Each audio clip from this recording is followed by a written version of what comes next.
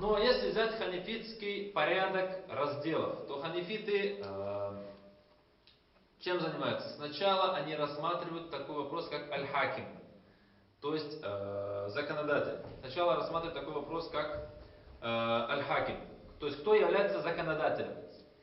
Далее рассматривают такой вопрос, как доказательство хукма, то есть доказатель, хаким, законодатель, доказательство законов, то есть что является доказательством законов. Потом рассматривают такой вопрос, как а кто является махкум, то есть кто несет ответственность или кто обязан исполнять законы.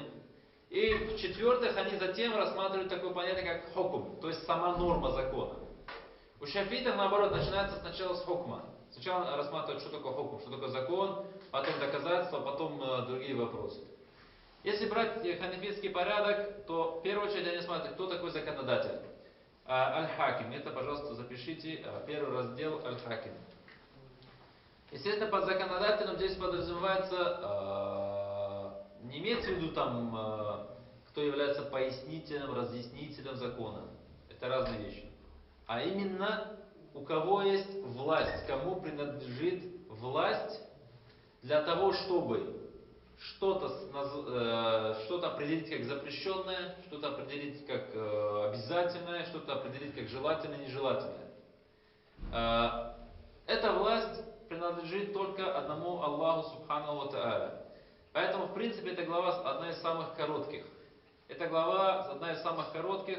Аль-Хаким, то есть законодатель, является Аллах Субханаху ва Тааля, создатель и творец людей. Здесь никаких разногласий между Ахлю-Сунна нету.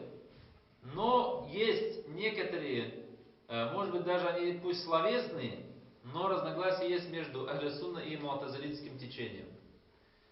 Потому что встает вопрос, разум человека является ли законодателем, или может быть разум человека законодателем. То есть может ли разум, проще говоря, есть такое понятие, это даже скорее не из усуль фикха, а из акиды, может ли разум определить качество вещей, такие как аль-кубах валь-хусн. То есть, может ли разум определить, что какая-то вещь плохая или вредная, опасная, а какая-то вещь хорошая, полезная. Ахлю-сунна говорят, что законодатель только Аллах, а разум, он законодателем не был, не есть и быть не может. Но среди Ахлю-сунна есть два мнения по поводу того, а вообще разум может ли определять вещь, выявить или, скажем, познать, плохая вещь, вредная, опасная или она хорошая, полезная. Например, матуридит, ученый Абу Мансур аль-Матуриди и те ученые, кто последовали за ними, они сказали, что может разум определять в общих понятиях, в общем, что вредное, что плохое, а что хорошее, что является добром, благом, что является злом. А Абу Хасан аль-Аш'ари и ученые, которые последовали за ним, сказали, что разум этого сделать не может. Но между ними нет разногласия в том, что разум законодателем не является никогда. Хорошо, это на самом деле теоретический спор. Практически, вы знаете, когда может быть? Практически он может быть полезен только тогда, когда, например, человек рождается на необитаемом острове или где-нибудь на Луне, или на необитаемом острове, у него нет никаких знаний о религии, у него нет никаких знаний о плохом и хорошем, у него нет никаких знаний о добре и зле, у него нет ни учителя, никого, ни книг, ничего. И вот встает вопрос, как этот человек будет спрошен Аллахом Субхану Тааля в судный день. То есть Аллах как будет спрашивать с этого человека? Этот человек делал, например, какие-то грехи или сделал что-то плохое, но у него не было никаких знаний вообще. То есть ни о религии, ни о Писании, ни о пророках. Поэтому он не мог на основании законов Аллаха определять, что плохо, что хорошо. Будет ли он спрошен на основании его разума? У Ахлю-Сунна этот человек не будет спрошен вообще за свои поступки. Он будет спрошен только за веру в Аллаха, за веру в Творца. Потому что разум человека, независимо от божественных книг, разум человека независимо не просто способен, а должен привести человека к пониманию обязательности существования Создателя и Творца. Поэтому он обязан дойти до веры в Творца, в Бога, там, как угодно он будет называть его. Но понятие запрещенного, разрешенного, добра и зла, да, здесь разум он не может этого достичь. А муатазилиты сказали, может, поэтому у муатазилитов он будет спрошен Всевышним на основании его разумных каких-то мнений. Поэтому, в принципе, вот на этом вот разногласии исчерпана эта тема.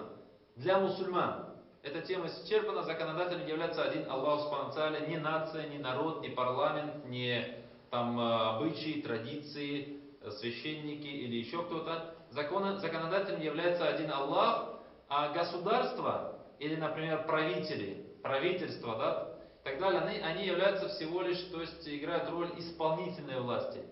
То есть они обязаны правильно понять закон Аллаха и правильно его исполнить, но не выводить эти законы. На этом, в принципе, исчерпывается эта тема. Можно вспомнить суры аяты, которые говорится об этом.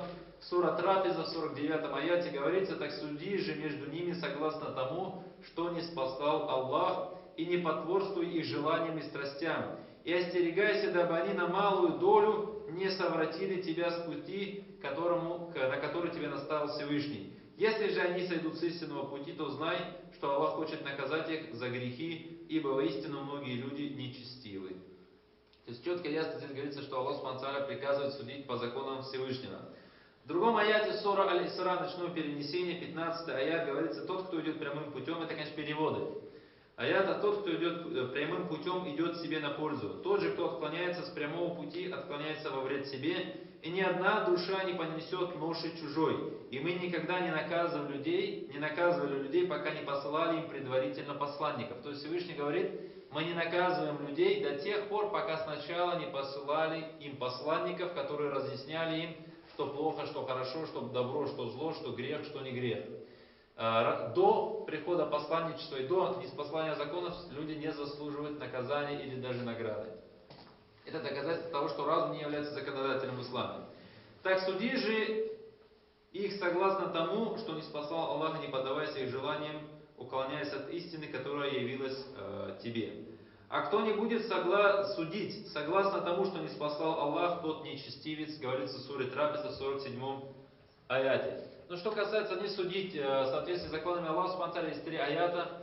В одном аяте говорится гауляй, то есть говорится нечестивцы, грешники. Во втором аяте говорится залимин, то есть угнетатели, несправедливые.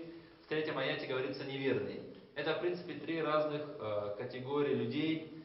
Ну, тавсиру можно обратиться, то есть когда человек в своей жизни, веруя в обязательность законов Аллаха Субхану ва Тааля, но он совершает грех, то есть он не соблюдает закон Аллаха и нарушает его, он становится нечестивцем. Когда, например, человек имеет власть над другими людьми и судит или правит этими людьми не в соответствии с законами Аллаха Субхану ва Тааля, то есть тем самым притесняет этих людей, он является из залимин. А третья категория — это человек, который не признает вообще законов Аллаха, не верит в них, он является из тех, кого Аллах Субхану ва Тааля назвал аль-кафирин, или неверующий. Это вкратце 1 глава о законодателях.